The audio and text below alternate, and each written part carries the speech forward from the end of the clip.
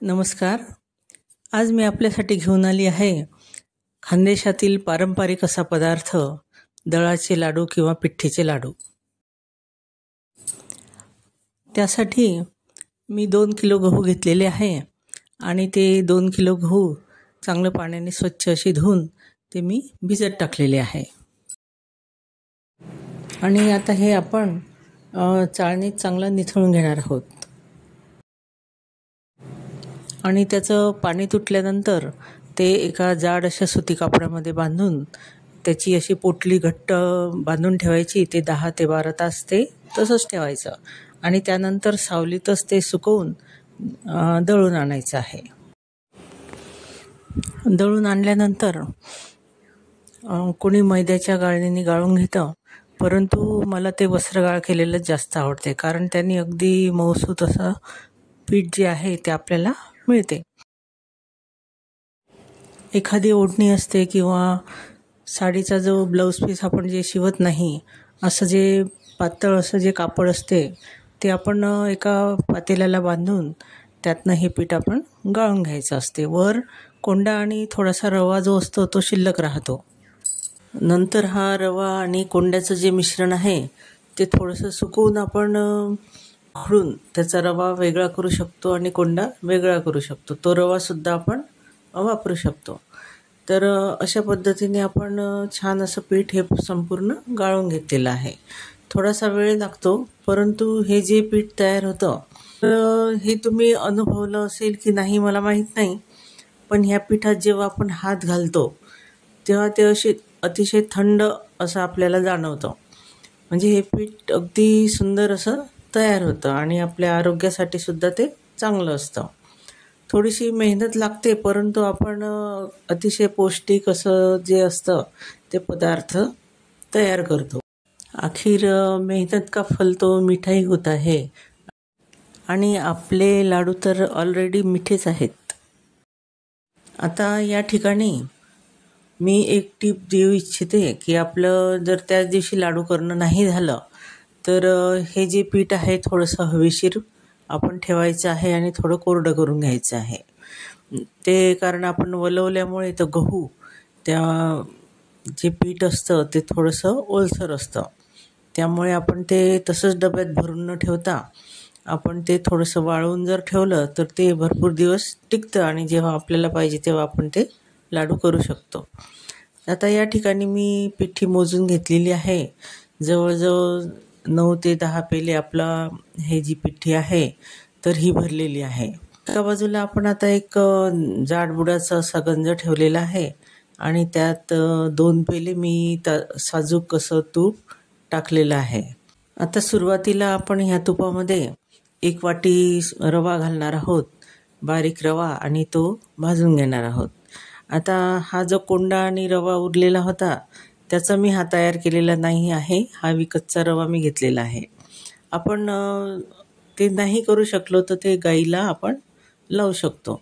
आणि समजा आपल्याला रवा वगैरे काढता येत नसेल तर आपण ते गाईला नक्कीच देऊ शकतो. आणि आपण असं घरी पदार्थ तयार केल्याचा जो आनंद असतो, जी प्युरिटी असते त्यात, तर ती आपल्याला जाणवेल. आता हा रवा मी छान भाजून घेतलेला आहे आणि त्यात आता आपण पिठी टाकणार आहोत. तर मी सुरुवातीला 4 पेले पिठी टाकली, पण मला ते तूप थोडं जास्त वाटल्यामुळे मी अजून 1 पेला पिठी त्यात घातलेली आहे. आणि ही पिठी जी आहे तर ते सुरुवातीला आपण पाहू शकता की सराट्याला अतिशय ते जड जात आहे, म्हणजे हलत नाही आहे ते. तर आपण म्हणजे सारखं ते मंद आचेवर हलवत राहायचं आहे. आणि तुम्ही पुढे पाहालच की ते भाजता भाजता थोडंसं सैल होतं आणि ते सैल झाल्यानंतर पुन्हा ते भाजत राहायचं अगदी तूप सुटेपर्यंत. म्हणजे सुरुवातीला जे आपलं पीठ असतं त्याचा कण अनकण ते तूप शोषून घेतं आणि जसजसं आपण ते पीठ भाजत जातो तसतसं ते जे पीठ असतं गव्हाचं ते फुलत जातं आणि त्यांनी जे शोषलेलं तूप असतं तर ते बाहेर काढतं आणि छान असं ते छान मोकळं असं तयार होतं. आणि आता या ठिकाणी आपण पाहू शकता की छान असं तूप त्याला सुटलेलं आहे. आणि पुन्हा ते थोडंसं गुलाबी रंगावर आपल्याला भाजायचं आहे, म्हणजे खमंग अशी छान त्याला चव लाडूला येते.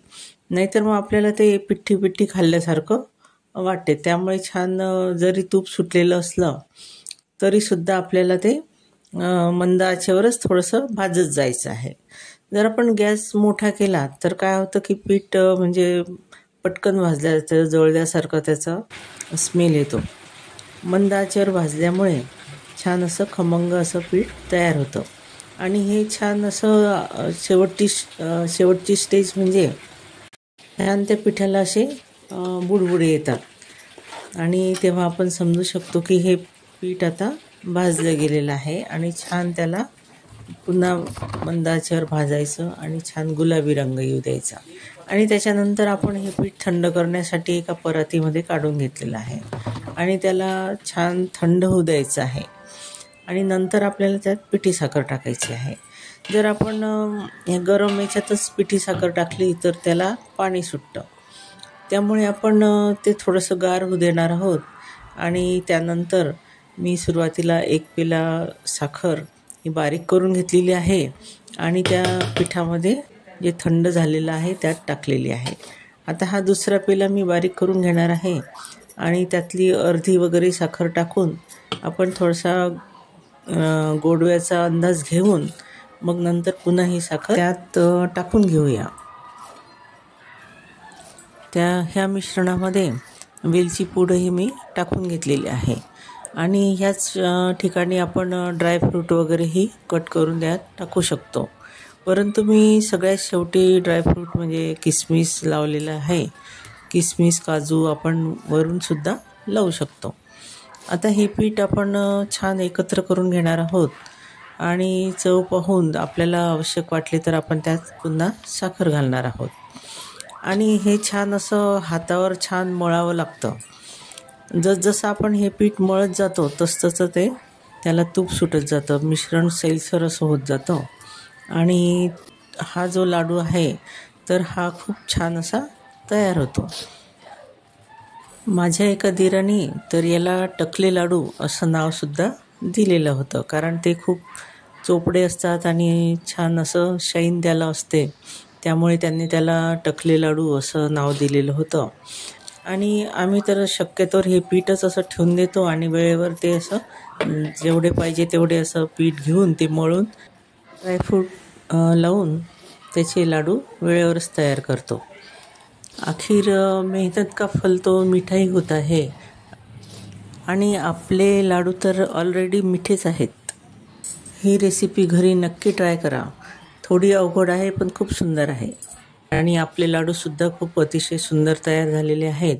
आणि माझी ही रेसिपी तुम्हाला आवडली असेल तर लाईक करा, शेअर करा आणि सबस्क्राईब करायला विसरू नका. धन्यवाद.